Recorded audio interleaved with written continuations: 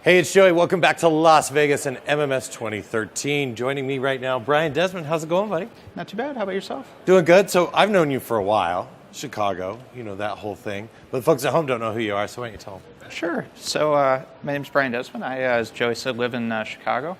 Consultant focused mostly on Active Directory. Actually been an Active Directory MVP for a while now. And I work for a consulting firm called Agile, where I focus as a solution architect on the Microsoft Identity Stack, so Active Directory, ADFS, a little bit of ADRMS, DAC, what we're going to be talking about today, as well as Forefront Identity Manager. Yeah, see, if I had my druthers, I'd do nothing but sit here and talk AD with you all day long. But you came and did a session on DAC and RMS, right? So, or was it just DAC? Was it one DAC and RMS. DAC and RMS. So what I want to kind of cover with you today is just kind of go into a little bit about what was the session about, talk about the technology and some of the questions that people have had around DAC and RMS. So I guess the first thing is if somebody's not 100% familiar with it, let's just kind of give the quick 5-second pitch on DAC RMS. Sure. So we should probably start with DAC as dynamic access control. Okay. And the problem that DAC really lets us solve is it lets us take a look at three properties of kind of the experience that every user sits down at. Who they are, so not just the groups that they've been a membership. We've been doing AD for a long time, and NT before that. We worried about, if we wanted to give you access to a file, we worried about what groups you were in. Yeah. And now we can think about, really those groups really map pretty closely probably to some attributes in your AD. So maybe we've got a group of people in the marketing department, a group of people that are executives, things like that. What if I could go on a file and say that I really want to allow people access to this when the user's a member of the finance department, they're a manager or a senior manager. And I could say, what if I want to say, and the file's sensitivity is confidential or secret? Okay. And I can also take in, if you have a Windows 8 client, I can take properties of your device and factor that in. So what if I want to say that only allow them access to this file if it's a top secret file? For example, if their machine, it's an IT managed machine. So one of the things that I get asked all the time when I'm out kind of talking around and when we bring this up is, well, does this replace my normal NTFS permissions? Does this change the way I should start thinking about, because we do the whole AGDLP thing, and that's been around for ages, right? That's how we've always known how to assign. At least that's the Microsoft way that they want us to know how to assign permissions. Do I rethink this if I'm going to deploy something new? Is it different, or is it on top of?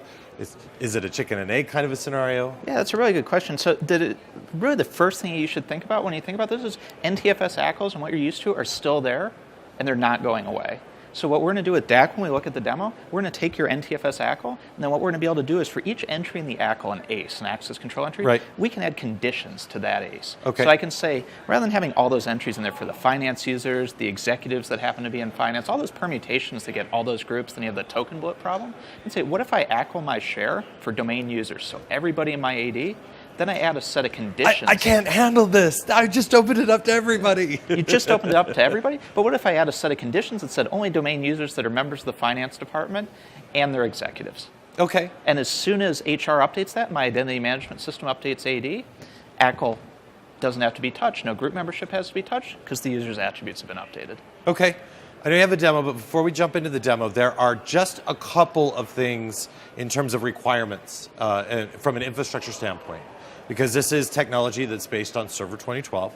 So can you kind of give us an idea of what exactly has to be in place? Am I updating the schema? Am I doing all of this stuff? What needs to be there? Yeah, absolutely. And one of the great things about this feature is that folks that have been working on AD for a while are used to, like, there's a really cool new feature that came out, and then I have to wait till I get my Forest functional level up to the latest version. Yep, absolutely. And that can, in a big organization, that can take years to happen. With DAC, Dynamic Access Control, there's two things you need, optionally a third. First, you need one Windows Server 2012 domain controller, so only one. Now, chances are that you're probably going to want more than that because, of course, you wouldn't want one domain controller controlling access to all your files. Right. But technically, you only have to update one domain controller. The files, of course, have to be on a Windows Server 2012 file server. Okay. The client, however, can be down level. So we don't need a Windows 8 client. Okay. So no going through and having to change Forest functional levels, just one DC, one Server 2012 file server, or ideally, all of your file servers should be at the same level so that you can leverage this, and then down-level clients. Absolutely. And if you want to take advantage of that device claims part where I say only allow access if your device is managed by IT, that does require a Windows 8 client. Okay. All right, gotcha. So why don't you jump right into your demo here and kind Sure. of show us a little bit, just kind of a little tour around things and Yeah. how you set it up. What we'll do a quick tour. We'll go ahead and set up what's called a claim, which is fundamental to dynamic access control. Okay. Well, we're going to take one of those attributes of a user account. Maybe we'll take the title attribute. Sure. And we'll control some access to files based on the user's job title. All right, awesome. Let's do that. Jump in. So I'm going to hop on my Windows 2012 domain controller, and the tool that you're going to use for probably about 90% of setting this up is called the Active Directory Administrative Center. Yep. Came with Windows 2008 R2. It's been updated in Windows 2012. Handy thing right on the homepage, we've got 8 steps for setting up DAX. So if you're not sure what to do and you want to set it up in a lab, just click through these, and you'll be on your way. Is it a role that initially has to be installed first, or is it just go there and then you run through it? Yeah, so there's no roles to install. Okay. It's part of AD. It's just a matter of configuring it. Awesome. So the first thing we're going to do is go to the dynamic access control node on the left, and then we're going to go to claim types. That's where we're going to configure the attributes that become part of our claims. All right. All right, and I've already had a couple configured here, department employee types, whether they work in finance or marketing, full-time or vendor, that sort of thing. Why don't we add title as well?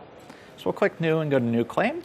And what I get to do here is I can choose from any attribute in the AD schema that I want to make available as a claim. So if I have favorite drink, Absolutely. If your favorite drink is Coca-Cola, we can make sure that you dynamically have access to a share until you change to Pepsi. all right, awesome. So, and this includes both built-in attributes as well as custom ones. So if you've extended the schema, you can Awesome. go from there. Awesome. So we'll go ahead and search for title. Pick title here. And we can just do it like this, and then you'll see in a minute, if I just click OK now, you'll be able to arbitrarily enter a title in the ACL designer. Okay. Or I can give you some suggested values so you get a nice drop-down list. So Hey, then when the person okay. that's configuring it, they can pick. So maybe I'm going to go ahead and do that and say that our options are a manager, executive, or intern. Okay. Oops. And spelling does count. That's all right. Yeah, that's close enough. Okay, so what we've done, we've gone ahead and created a claim for title. So now we're going to go into the standard NTFS permissions you're used to, and right-click the folder, go to Properties and Security. Go here, and then the important thing here is I want to go to the Advanced button. That's where everything lights up. Sure. So the first thing, this kind of looks like a traditional ACK where I've got a group called finance users for the finance share, and when someone needs access, they call the help desk, we add them in. But what if we want to make this dynamic? So I'm going to do like we talked about. I'm going to add domain users to the list. Click select principal and type that in. Do the same thing you're used to. I'm going to give modify rights to domain users. But of course, we don't want the entire domain to have access to the finance share. That might be bad. Yeah, that could be a bad thing. So what if I say that instead I want to have either full-time employees that work in finance have access to the share, or anyone that's a manager or an executive, even if they work in marketing, for example. Okay. So we can do this here. We've created this ACE on top, that access control entry. Now on the bottom, this is where we create those conditions. That's how we gate this and make sure that only a subset of people have access. Okay. So I click Add Condition. I'm going to say user, department equals finance. And then I'm going to add another condition. I'm going to say and. Sure. User dot employee type equals full-time. Okay. And I'm going to say or. I can do ands or ors here. User dot title. Here's that title one we just added. And rather than equals, I'm going to say any of. And now I get to pick from those options we just defined. Oh, very cool. So I'm going to do manager and executive. And there we go. So now I've created that compound expression. You can get even more complicated with this with more ands and ors and parentheses. You're in from algebra, putting all those parentheses. You can do that in here. And we hit OK, and we're on our way. Now, I can log into a client here, and I think in the interest of time, we can trust that this probably works. But what if I show you one where it doesn't work and how we can figure that out? Yeah, absolutely. Does that sound more interesting? Yeah, because, I mean, reality is a lot of times when we're dealing with this kind of thing, I don't know about you in your consulting gigs, but I know when I go in and I talk to customers, or I personally have managed file servers, the ones that you adopt, and those ACLs are just an absolute nightmare. You have no idea. Absolutely. Most people don't have any idea. So you get a call from a user, and they're like, I need access to this, and it's not working. Why? And you spend 6 hours trying to go through and figure Right. out exactly where it is. So. Yeah, so one of the great improvements, and this is one thing that does require the Windows 8 client in addition to the Windows 2012 file server, is this concept of access denied remediation. But let's Okay. give the user and the data owner the tools to help themselves fix it rather than a really expensive help desk call that could go on forever. Okay, sounds good. So I'm going to log into my client here as a user that I happen to know is not going to have access to this share. Kim Akers never has access to the share. No? No, never. No. Whatever you try to do, it just never does. Yeah. Britta Simon's lucky, though. She has access. So I'm logged in as Kim Akers. I'm going to go to the company data share where we set this up. I'm going to double-click Finance. And I'm going to get this standard thing. You've gotten this before. And as an end user, this is completely useless. You have no access, and here's a link to help. And it's just going to tell you that, in fact, you have no access. And then what do? You pick up the help desk or the phone. You're really frustrated. You call the help desk. They have no idea who owns this share, and on and on and on. So what if we could make this a whole lot easier, giving the end user a way to get help? Okay. And that's what access denied remediation does. So we're going to go back to the file server and configure that. And there's a couple steps here. First thing is we're going to go in another tool called File Server Resource Manager. Yep. And this tool has been improved over the past few versions of Windows. And I have to say, kind of as a general tip, not necessarily related to this thing's really cool, all the stuff it can do. You should definitely check it out. Yeah, I agree. It's one of those things every time I'm mucking around with file servers, I actually prefer to use this tool. Yeah, it's got so much stuff in it. Yeah, absolutely. So the first thing we're going to do is we're going to go to the properties of the file server.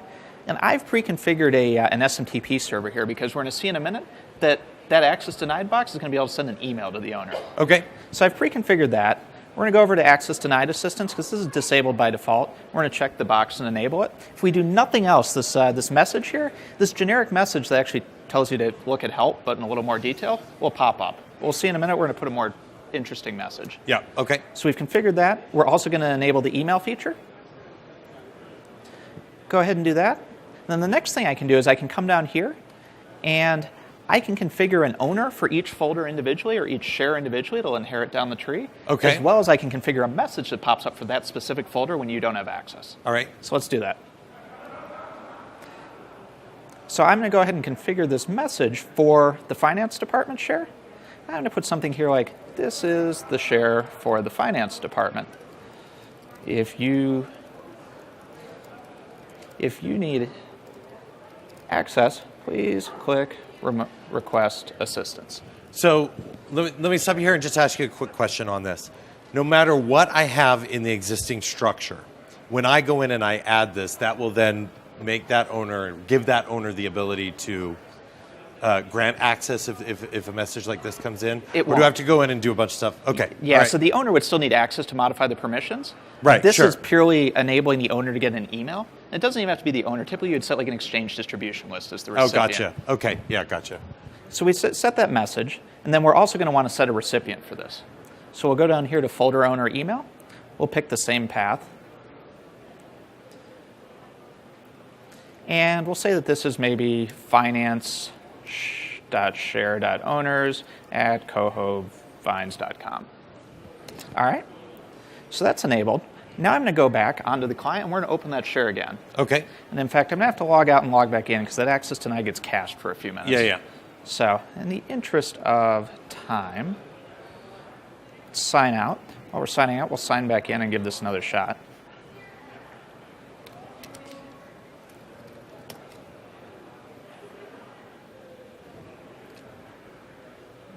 And so we'll go back to the company data share.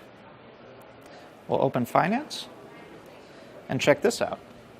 Well, there you go. So, Here's the message we just configured. Yep. And here's this request assistance button. Now this is pretty neat. So I click this, and I get the opportunity as the end user to enter a business justification for why I need this access. So, I would really like to do my job today. Put that in. That's fairly reasonable. Hope it doesn't go to the executives, right? Yeah, well, And I click send message. Now, rather than like launching Outlook or your email program, this actually on the server on behalf of the user is going to fire that email off. And I'll show you a sample of that. Got that right here. This gives you, let me zoom out a little here. So here's just a sample from when I practiced this a little earlier. So right here it says it's from the server, it's to the finance share owners. Here's the user that tried, here's the path they tried, and here's their business justification. I'd like to do my job. Now the neat thing is it says for this user, here's the access they already have to the share. Because what if they had read access, but they really need writes? Now you know what you're trying to fix. That's awesome. In this case, Kim has no access. Right. Gives them the owner some basic directions. Go to this path, right-click properties, go to security. You can use the effective permissions tab we'll look at in a minute to help figure it out. Additional, and then here's the claims they have, because they know you might be using DAC. What if DAC's the problem here? Let's tell them all the claims that's in the user's token, so we can start there. Maybe it's that they're missing a full-time employee claim or something like that. Okay. Yeah, maybe that didn't feed in from the HR system or so that's something. kind of cool. Yeah. Okay. Cool. So, do we want to look at classification, or how are we doing? Yeah, so let's just talk quickly about classification, Sure. and because Brad did show a little bit of classification in the keynote, and that happens to be actually one of kind of my favorite new features that's been around a little bit. So for those who aren't aware of file classification, why don't you just give us a quick little update on it and kind of why it's there and how it all works together? Yeah, we can definitely do that. So file classification has actually been around for a while. It's been kind of iteratively improved in each version of Windows. And the idea is that I've got all this data out on these shares, and we know some of it has things like sensitive data. It could have like social security numbers, health information, credit card numbers, things that are really bad when they leak out. Now, what if I could have Windows, anytime someone saves a document, either creates a document, updates a document, scan the contents of that document and say, hey, I just matched a credit card number or a social security number, so let me apply a tag, some metadata to the document that says, hey, this contains sensitive information. Right. And so that's part of the puzzle. Now I can get a report and say, hey, all these people have saved sensitive data, but that doesn't really solve the data leakage problem. Right, yeah, absolutely. So the data leakage problem is the more interesting problem to solve. So now I've classified all this data. I've got something with some high business impact tag on it, let's say. Now when I have Windows come back and say, use my ADRMS, my rights management server, take all the data that's been classified as sensitive, high business impact, whatever it is, and apply a rights management template that restricts what people can do with it. Can they share it? Can they print it? Can they forward it? All those sorts of things. And now I've got a great handle on whether or not I can lose data or have data leakage issues, and a way to show auditors, show my management that I really have that under control, and I'm controlling some of that risk. Awesome, awesome. So for folks who want more information, we will put your session up so they can watch your session, but rumor around town says you've got a book coming out shortly. That is an interesting rumor. And in fact, my new Active Directory book, Active Directory 5th edition from O'Reilly, is actually printing tomorrow at the printing press, so it should be available now by the time you see this online on wherever you get books, and I've got a whole chapter on dynamic access control. Awesome.